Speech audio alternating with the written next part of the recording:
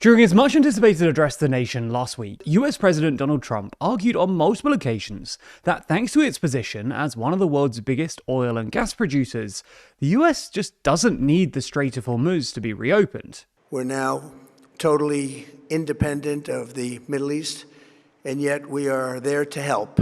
We don't have to be there. We don't need their oil. We don't need anything they have, but we're there to help our allies. Remember, because of our drill baby drill program, America has plenty of gas. We have so much gas. Under my leadership, we are #1 producer of oil and gas on the planet. We're in great shape for the future. The United States imports almost no oil through the Hormuz Strait and won't be taking any in the future. We don't need it. We haven't needed it, and we don't need it. This is an argument that Trump has made on his Truth Social platform a number of times in the past month, with the implication being that it should now be up to the countries that actually rely on the Strait of Hormuz for their imports, namely Europe and Asia, to get it reopened, and leading to some speculation that Trump could just walk away from Iran without any agreement on reopening the strait. So in this video, we thought we'd take a look at that idea, that the US somehow doesn't need to reopen the strait, and explain why it isn't quite right. Trump was the world's most influential person in our recent ranking. So in the latest issue of our magazine Too Long, we explain how he retained his top position, and why that strong result might actually be based on increasingly shaky foundations, as he grapples with unpopularity and divisions within his base. That's just one of the 72 pages in the magazine, because as always, there's more to Too Long than you'd expect. Purchase your copy by clicking the link in the description. So, the first thing to say is that Trump is half right, insofar as it's true that the US today is indeed a big oil and gas producer. This wasn't always the case. While the US used to be one of the world's biggest oil producers back in the early 1900s, production peaked around 1970 and declined steadily in the subsequent decades. American demand for oil, however, kept growing, creating a large and widening gap between oil production and consumption, which had to be covered by imports. This meant the US quickly became a big oil importer, with lots of these imports coming from the Middle East. However, in the 2010s, US oil production suddenly rebounded, surpassing its 1970 peak in November 2017. This was largely a consequence of the so-called shale boom, as American energy companies started using fracking and horizontal drilling techniques to access new oil and gas deposits. Both oil and gas production surged, and the US has since become the world's largest oil producer, surpassing both Russia and Saudi Arabia. Furthermore, in 2020, the US became a net exporter. In other words, it exported more than it imported of crude oil and refined products for effectively the first time ever.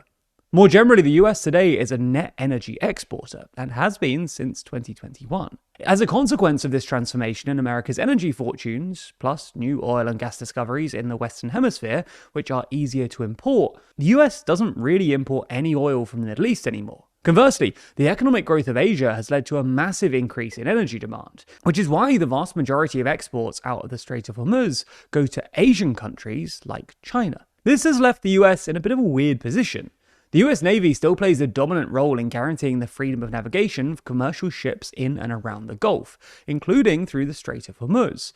But unlike in the 70s, when the US Navy first assumed its position, and when the US used to import quite a lot of its oil from the Middle East, the US today imports barely any of its oil from the Middle East. This means that the US Navy is essentially guaranteeing energy imports for countries in Europe, and increasingly in Asia, including China, which is the world's single biggest importer of Middle Eastern oil. So Trump is right about some things then. It's true that the US today is a massive oil and gas producer. It's true that it is a net producer. It's true that it doesn't import much via the Strait of Hormuz. And it's true that the US Navy has been left effectively guaranteeing oil imports for America's superpower rival. You can see why, in this context, Trump might conclude that the Strait of Hormuz just isn't America's problem.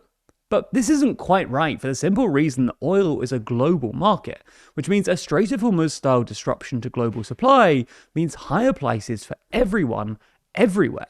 Sure, Asian and European economies are more directly and immediately affected, but they'll just react by looking for more oil elsewhere, including from the US, which will push up US prices too. And this is exactly what's happened. While there was a bit of a lag originally, European and US prices have since converged, which is why Americans are currently paying so much at the pump. In fact, US oil prices are now actually higher than European prices, with Brent crude, which is basically the European benchmark, trading at about a $3 per barrel discount compared to the West Texas Intermediate, or WTI, which is basically the US benchmark. This is very unusual. WTI usually trades at a slight discount to Brent, and the recent reversal probably reflects the fact that American supply is considered more reliable at the moment. Now, of course, high oil prices are great for American oil producers and their shareholders, and especially for US shale producers, who generally face higher production costs than producers in other places, like, say, Saudi Arabia or Russia. But because the US economy is massive and diversified,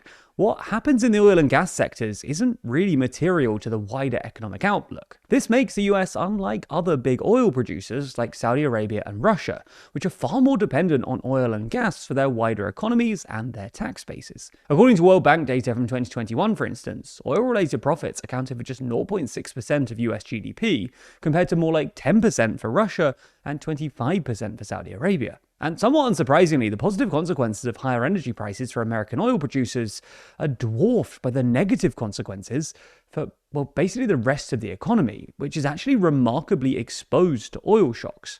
For context, the so-called oil intensity of the American economy, which basically tells you how much oil the economy consumes to produce a dollar of GDP, has fallen by about 60% since the 70s, but it's still high by international standards, and roughly twice that of the EU. This implies that, contrary to the received wisdom, the US economy is actually more exposed to an oil price shock than other countries, as are Trump's own political fortunes.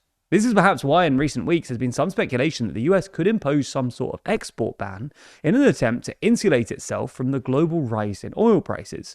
But this almost definitely won't work.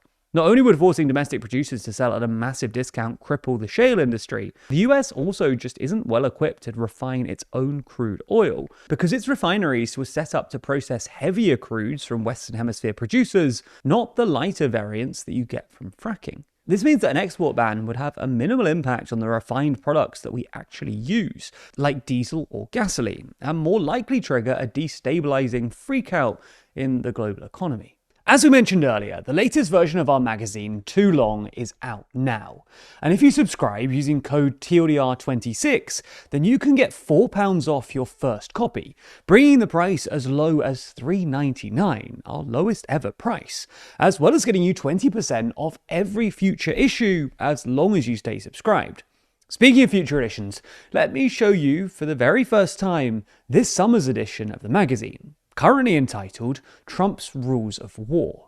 This map on the cover shows a dot for every region struck by Trump since returning to office last year, and there's always the chance that it will look even redder before we go to print. Inside this issue, we'll be running through each of the different conflicts, airstrikes, and incursions. A little excursion to take care of nuclear weaponry. Sorry, excursions. So if you want to track that timeline with us and better understand what's motivating Trump here, then you'll want a copy of this summer's Too Long. We'll be discussing that along with a whole load of other topics. Luckily, if you subscribe today, you'll not only get the spring issue immediately, but you'll also be signed up for this summer too, ensuring that this issue lands through your letterbox or in your inbox as soon as possible.